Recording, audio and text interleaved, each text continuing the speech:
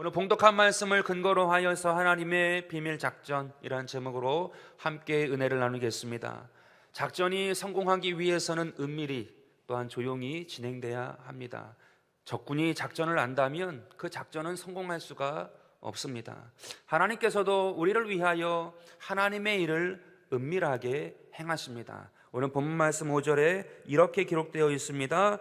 보라, 내가 임신하여 아들을 낳으리니 그의 머리 위에 삭도를 대지 말라. 이 아이는 태에서 나옴으로부터 하나님께 바쳐진 나실인이 됨이라. 그가 블레셋 사람의 손에서 이스라엘을 구원하기 시작하리라 하시니, 하나님은 아직 태어나지도 아니한 그 아이를 통하여 이스라엘을 블레셋에서 구원하겠다고 말씀하세요. 만약 블레셋이 이 사실을 알았다면 이 아이는 태어나기도 전에 그 부모는 죽임당하고 말 것입니다. 그러므로 하나님께서는 우리를 위하여 은밀하게 일을 행하여 주십니다. 여러분, 우리의 삶에 답답할 때가 있어요. 또한 그 기도가 쉽게 간구하는 제목이 이루어지지 않는다고 느낄 때가 있지 않습니까? 그럴 때 주님께 얼마나 많은 것으로 묻습니까? 근데 주님께서 대답해 주지 않을 때가 더 많으세요. 여러분, 그 이유가 어디에 있습니까? 그것은 최후 승리를 얻기 위한 것입니다. 여러분, 알려진 것은 예상이 돼요. 알고 있는 것은 다 방어를 할 수 있습니다. 여러분, 우리가 많이 갖고 있다 할지라도, 또 많이 알고 있다 할지라도, 또 많은 재능이 있다 할지라도 그것이 잘 준비되어 쓰이지 않고 그냥 낭비되어지고 알려지게 되면 그렇게 능력 있게 누구도 생각하지 않습니다. 그러므로 우리가 해야 할 것이 무엇이에요? 하나님 앞에 인내하고 기도하면서 내 할 일을 하고 하나님의 도우심을 철저히 구할 때에 하나님께서 그 걸음을 인도하시고 때가 되면 최후 승리의 은혜와 축복으로 역사하여 주실 줄로 믿습니다. 우리가 다 안다고 하여 좋은 게 아니에요. 우린 약해요. 우린 깨지기 쉬워요. 우린 입이 너무나도 약해요. 하나님의 도우심을 구하고 하나님을 의지할 때에 하나님께서 가장 좋은 것으로 응답하여 주실 줄로 믿습니다. 그렇다고 하면 하나님은 하나님의 비밀한 일을 어떻게 이루어 가실까? 첫 번째로 슬픔이 변하여 기쁨이 되게 하여 주십니다. 여러분, 사사시대의 이스라엘은 슬픔의 시대였습니다. 모세와 여호수아의 위대한 시대는 다 끝이 나고 가나안 땅에 들어간 이스라엘 민족의 삶은 가나안 족속의 괴롭힘을 당하고 또한 블레셋 민족의 횡포를 당하는 고통을 당하는 때였습니다. 더욱이 오늘 본문 말씀에 한 집이 나와요. 한 가정이 나오는데 그 가정은 이스라엘 전체를 대표하는 슬픔의 집이었습니다. 2절 말씀에 이렇게 기록합니다. 소라 땅 다한 지파의 가족 중에 마누아라 이름하는 자가 있더라. 그의 아내가 임신하지 못함으로 출산하지 못하더니. 여러분, 여기서 임신하지 못함으로 라고 기록하고 있어요. 이 원어의 뜻을 보면 어떠한 뜻인가? 잉태의 뿌리가 뽑혔다라는 것입니다. 즉, 될 수 있던 것이 안 된 것이 아니고 처음부터 전혀 가망이 없는 잉태의 뿌리가 뽑혀버린 절대 절망의 상황임을 말씀하고 있는 거예요. 아무런 소망이 없다는 것입니다. 또한 오늘 이 2절 말씀에 이들을 뭐라고 말하고 있습니까? 단지파라고 말하고 소라 땅에 있는 단지파의 마노아라고 기록하고 있죠. 남편의 이름이 마노아거든요. 이것을 정확하게 기록한 성경의 이유가 있습니다. 그것은 이 가정의 슬픔은 이스라엘 온 족속에게 다 알려진 슬픔이었다는 거예요. 누구나 그 마노아의 집, 소라 땅에 살고 있는 단지파의 마노아, 그 집은 슬픈 가정이라는 것을 누구나 알고 있었다라는 것입니다. 농경사회예요. 가나안 땅은 그 사회에서 잉태의 뿌리가 완전히 뽑혀버린 그러한 가정, 그러한 희망이 없는, 소망이 없는 그 가정은 절대 절망이다 라고 누구나 알고 있는 슬픔의 집이었다는 것입니다. 그러나 하나님께서 어떻게 하십니까? 사람은 예상할 수 없는, 사람은 상상할 수 없는 하나님의 은밀한 하나님의 일, 하나님의 계획으로 이 가정에 함께 하십니다. 3절에 이렇게 말씀합니다. 야훼의 사자가 그 여인에게 나타나서 그에게 이르시되 보라, 내가 본래 임신하지 못함으로 출산하지 못하였으나 이제 임신하여 아들을 낳으리리 라고 기록하고 있습니다. 여러분, 이 말씀은 무엇이 우리가 금방 이해할 수 있습니다. 슬픔이 변하여 기쁨이 된다는 거예요. 어떠한 슬픔에 있다 할지라도 오늘 이 3절 말씀은 그것을 기쁨으로 바꾸어 주겠다라고 말씀하고 있는 거지요. 여기서 그 아들을 주겠다라고 말씀하시는데 그 아들이 누군가 하면 삼손입니다. 그 삼손의 이름의 뜻이 무엇이냐? 태양의 사람이라는 뜻이. 이 아들이 태어남으로 말미암아 이 슬픔의 지배에 있는 슬픔이 물러가고, 그 빛으로 말미암아 어둠의 슬픔이 물러가고, 이스라엘 민족에 있던 그 슬픔이 물러가고 기쁨이 임할 수 있도록 그 아들을 주겠다라고 오늘 말씀하고 있는 것입니다. 은밀한 일이 사람으로는 알 수 없어요. 근데 하나님께서 이 가정, 이 슬픔을 당한 이 가정을 통하여서 이스라엘 전체의 슬픔조차 다 기쁨으로 바꾸시겠다라고 말씀하고 계세요. 오늘 저와 여러분의 삶에 있어 이 하나님을 의지하고 주님을 바라보고 믿음으로 승리하는 귀한 역사가 있게 되길 간절히 바라겠습니다. 최후 승리예요. 과정의 승리도 중요하지만 최후 승리는 가장 중요한 것입니다. 하나님께서 함께 하셔서 정말로 주 앞에 설 때에 하나님의 나를 승리케 하셨고 최후 승리의 역사로 함께 하신 것을 찬양토록 인도하실 줄로 믿습니다. 이사야서 53장 4절에 이렇게 기록합니다. 그는 실로 우리의 질고를 지고 우리의 슬픔을 당하였거늘 우리는 생각하기를 그는 징벌을 받아 하나님께 맞으며 고난을 당한다 하였노라. 여러분, 예수님이 우리를 사랑하심으로 말미암아 먼저 슬픔을 당하셨어요. 그래서 우리에게 무엇 주셨습니까? 부활의 기쁨을 주셨지요. 구원의 기쁨을 주셨어요. 그 슬픔을 당하시고 기쁨을 주셨어요. 은밀한 일입니다. 주님만이 하시는 일이에요. 또한 베드로전서 2장 19절에 이렇게 말씀합니다. 부당하게 고난을 받아도 하나님을 생각함으로 슬픔을 참으면 이는 아름다우나. 여러분, 우리의 슬픔 또한 하나님의 계획을 이루어가는 밑거름, 모판이 된다고 말씀하고 계세요. 우리는 슬픔 당하면 그것으로 끝이다.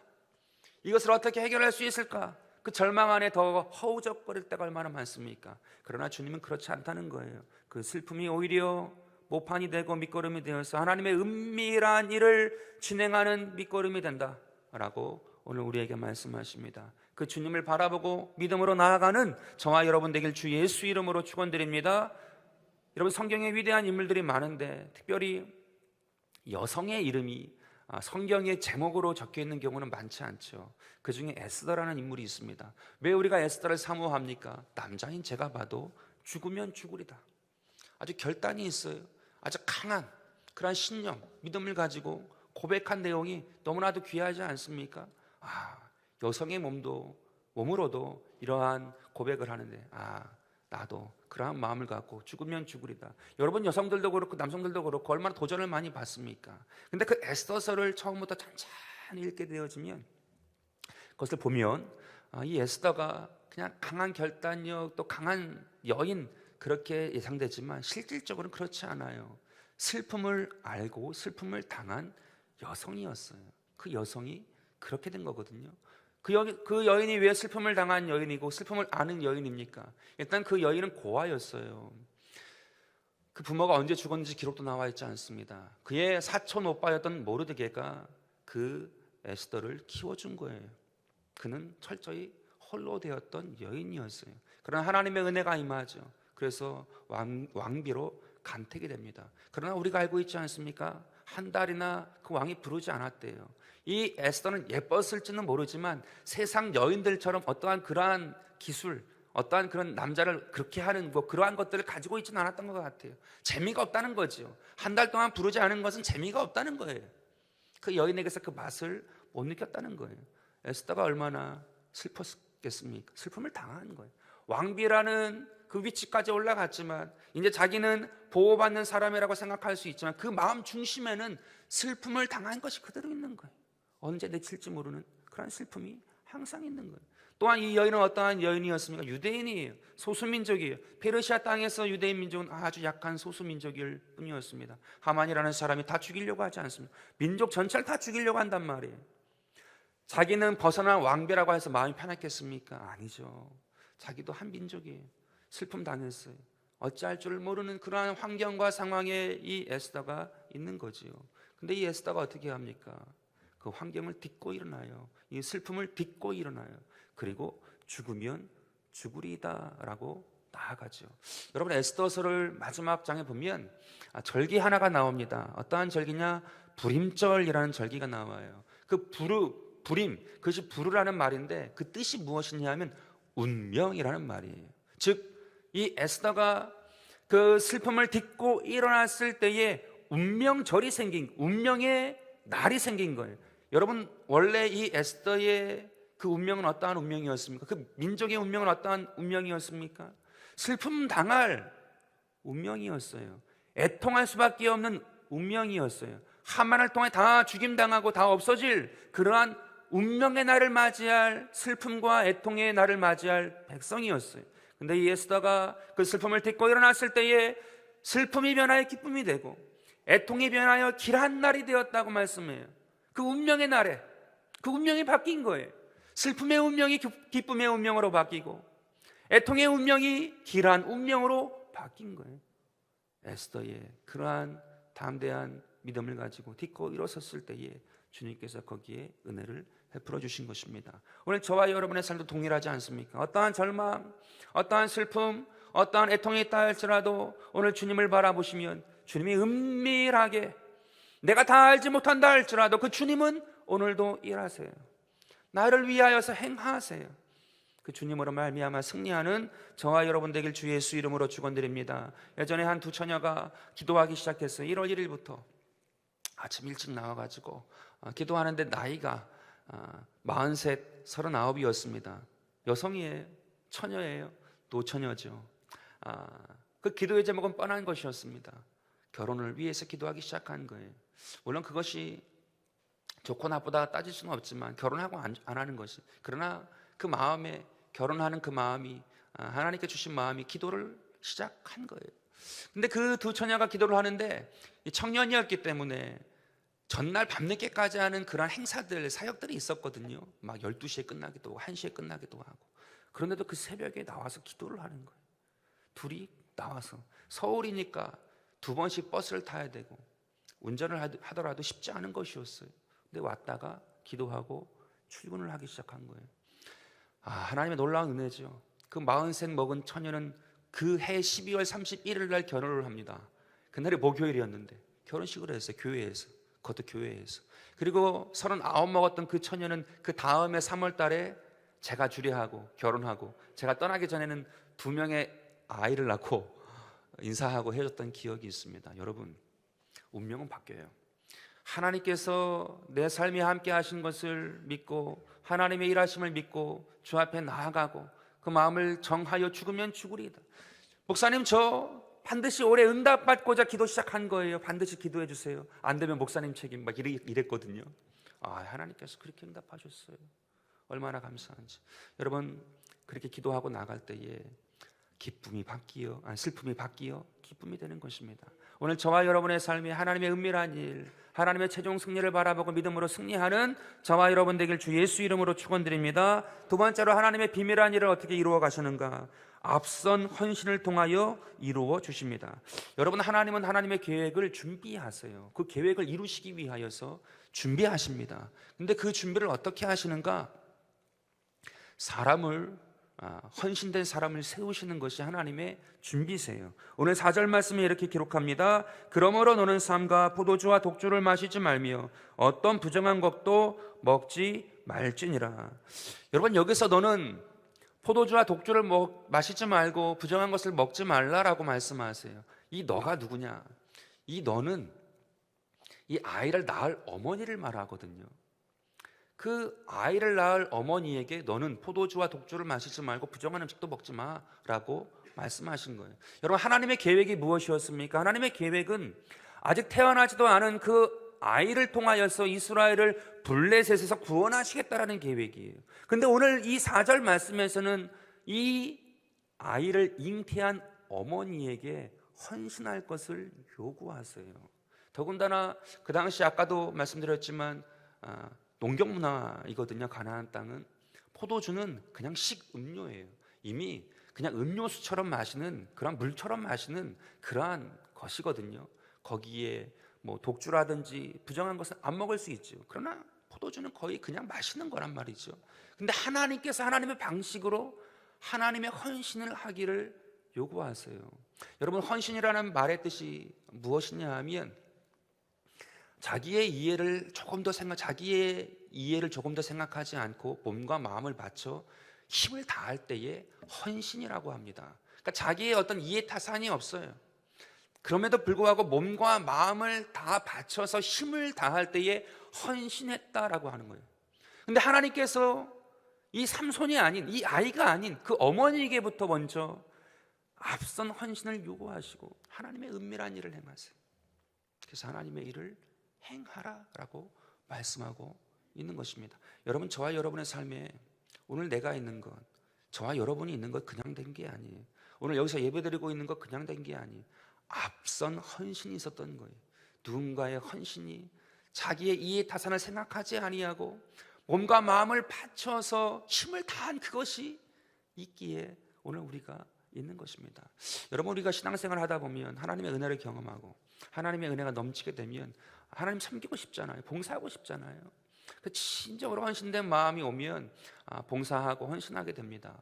근데 이렇게 헌신하는 분에게 반드시 넘어야 하는 그러한 시험의 코스가 하나 있어요. 그것은 무엇이냐면 섭섭이가 올 때가 있어요. 대충 하는 분에게는, 그러한 헌신하지 않는 분에게는 절대로 이런 시험은 오지 않아요. 다른 시험은 올 수 있어도 이 시험은 오지 않거든요. 진정한 은혜를 경험하고 헌신한 분에게 한번 넘어야 되는 것이 섭섭이에요. 마음 깊은 곳에서부터 왠지 모르게 섭섭한 마음이 나오기 시작할 때가 있거든요. 정말 하나님께서 받으시고 있는 건가? 정말 내가 사람 보지 않고 정말 하나님 의지하고 나아가고 있는, 이것이 정말로 의미 있는 건가? 정말 내가 정말 믿음으로 하고 있는 건가? 온갖 복잡한 것이 막 머릿속과 마음속을 헤매지 않습니까? 그러할 때 넘어지기도 하고 그만두기도 하고 그 헌신을, 그 봉사를 포기하기도 하고 그렇게 됩니다. 마음에 여러 가지 의심이 들어오거든요. 이 헌신이 정말 맞나? 내가 사람 보고 하는 거 아닌가? 누군가의 그냥 도움받게 되는 것 아닌가? 여러 가지 생각. 근데 성경 말씀에 보니까 참 세례 요한이죠. 침례 요한이라는 인물이 나옵니다. 이 사람은 메뚜기와 석청으로 먹었던 음식을 삼았던 사람이, 그리고 처음 태어날 때부터 나실인이에요. 포도주와 독주를 입에 댄 적이 없는 사람이, 즉 철저하게 헌신했던 사람이, 그러니 하나님께서 그에게 얼마나 많은 것을 주십니까? 모든 사람들이 나와서 침례받게 하시죠. 물침례를 받게 그에게 사람들을 보내주시고 하나님께서 함께 하세요. 근데 어떠한 일이 일어납니까? 예수님이 오세요. 많은 사람들이 그에게 가는 것이 보입니다. 침례 요한이 왜 몰랐겠습니까? 자기도 예수님께 많은 사람들이 이제 가는구나, 나와 함께 했던 이들이 가는구나. 심지어 제자들도 예수님께 갔거든요. 2명이나 성경 말씀에 보면. 근데 어느 날인가 그 제자 중에 한 명이 침례 요한에게 아주 치명적인 한마디를 남깁니다. 뭐냐 하면, 스승이여, 모든 사람이 다 그에게로 가나이다. 여기서 그는 예수님을 말해요. 자기도 알고 있는데 그 옆에 있는 제자가 스승에게 모든 사람이 다 그에게로 갑니다. 얼마나 마음에 섭섭이가 들어왔겠습니까? 최선을 다해서 헌신했던 사람이 그의 인생에 먹는 것, 마시는 것 한 번도 실수하지 않고 하나님께 헌신하겠다고 했던 그 세례 요한, 침례 요한에게 주님이 주신 것은 그에게 있던 사람들 다 예수님께로 옮긴 것이었거든요. 근데 이 침례 요한이 뭐라고 말합니까? 그는 흥하여야 하겠고 나는 쇠하여야 하리라. 여러분, 하나님의 그 은밀한 것을 안 사람이에요. 하나님의 은밀한 것을 알고 자기에게 주어진 그 믿음의 분량, 본분 가지고 믿음으로 딱 갔을 때에 하나님께서 그를 귀하게 쓰신 것이거든요. 여자의 태중에 난자 중에 이보다 더 큰 자가 없다고 주님이 말씀하셨어요. 최고의 사람이라고 침례 요한을 칭찬하시고 높여 주셨습니다. 여러분, 침례 요한은 그 은혜를 누린 거예요. 그 은혜를 누린 거예요. 하나님이 높여주신 것을 누린 거예요.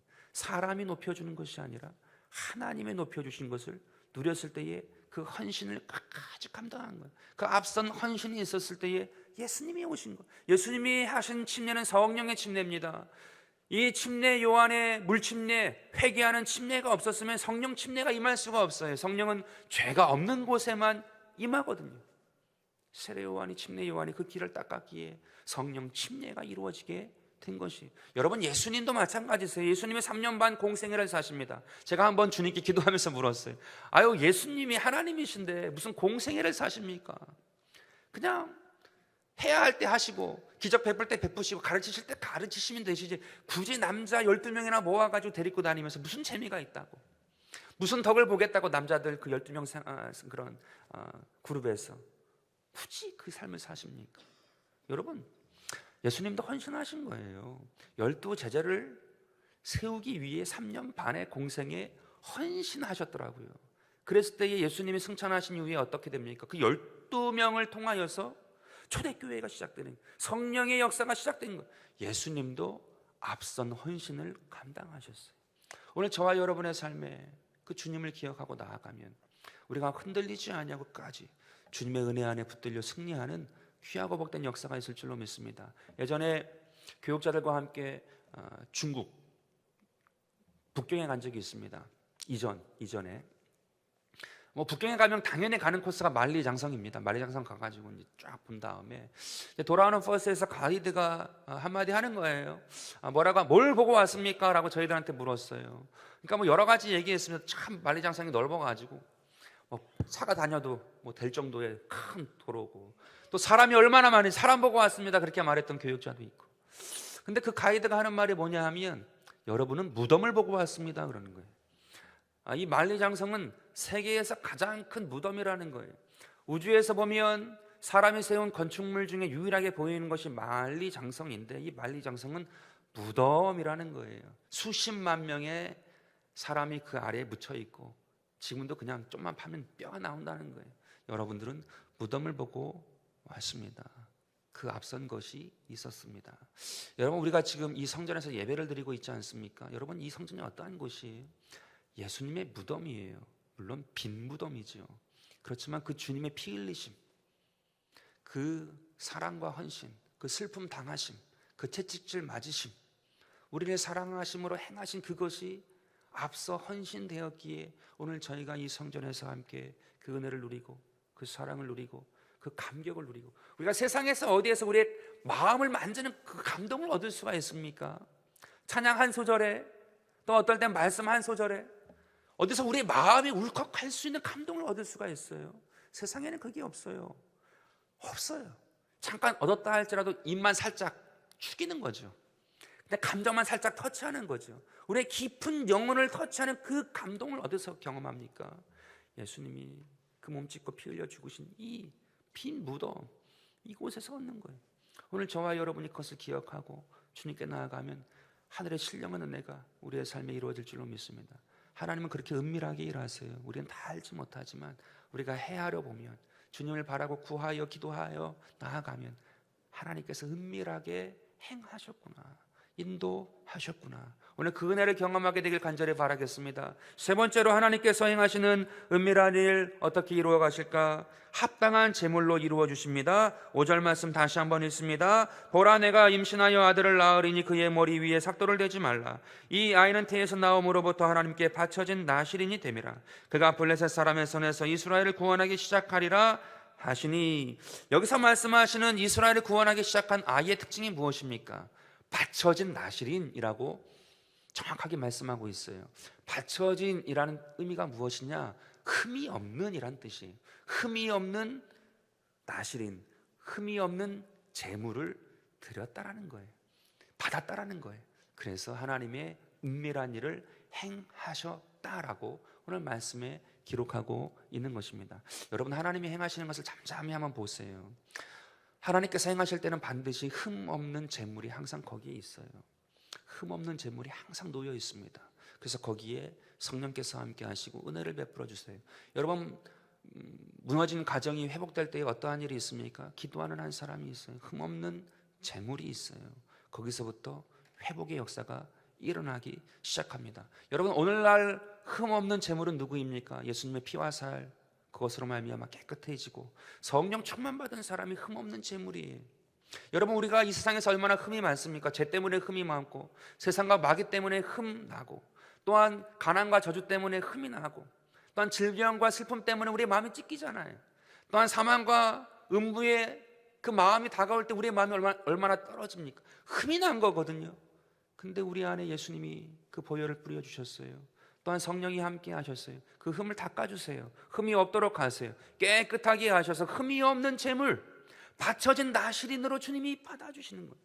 그럴 때 주님이 거기에 함께 하시고 하늘의 신령한 복, 땅의 기름진 복, 그 은밀한 것을 베풀어 주세요. 오늘 우리가 성찬 드리지 않습니까? 우리가 은밀함에 거하는 것입니다. 예수께서 승천하신 이후에 2000여 년 동안 계속해서 우리가 그 피와 살을 대함으로 주님과 함께하고 있어요. 저와 여러분의 삶을 주님께서 아직도 은밀하게 이루시는 것이 있는 것이고, 또한 내 삶에 개인적으로 해결해야 될 그 모든 것 다 알지 못한다 할지라도 하나님께서 은밀하게 해결해 주고 계심을 믿으라는 거예요. 내가 함께하고 있다는 거예요. 그 피로, 그 살로, 그 성령으로 함께하고 있다는 거예요. 오늘 그 주님으로 승리하여 나아가는 저와 여러분 되길 간절히 바라겠습니다. 우리가 리모델링 위하여서 또한 14일부터 다음 주 주일이에요. 저녁 8시부터 기도회를 할 겁니다. 그때에 함께 기도해 주세요. 더욱더 이 몸된 교회가 흠없는 재물, 바쳐진 나시린처럼 하나님께서 받으셔서 이 주변에 예수 사랑 전하고 하나님께 사랑받고 칭찬받는 그러한 아름다운 교회로, 공동체로, 모든 성도로 하나님께서 인도해 달라고 꼭 기도해 주시면 감사하겠습니다. 그럼 하나님께 영광, 우리의 삶에 큰 기쁨과 축복이 이루어질 줄로 믿습니다. 아버지.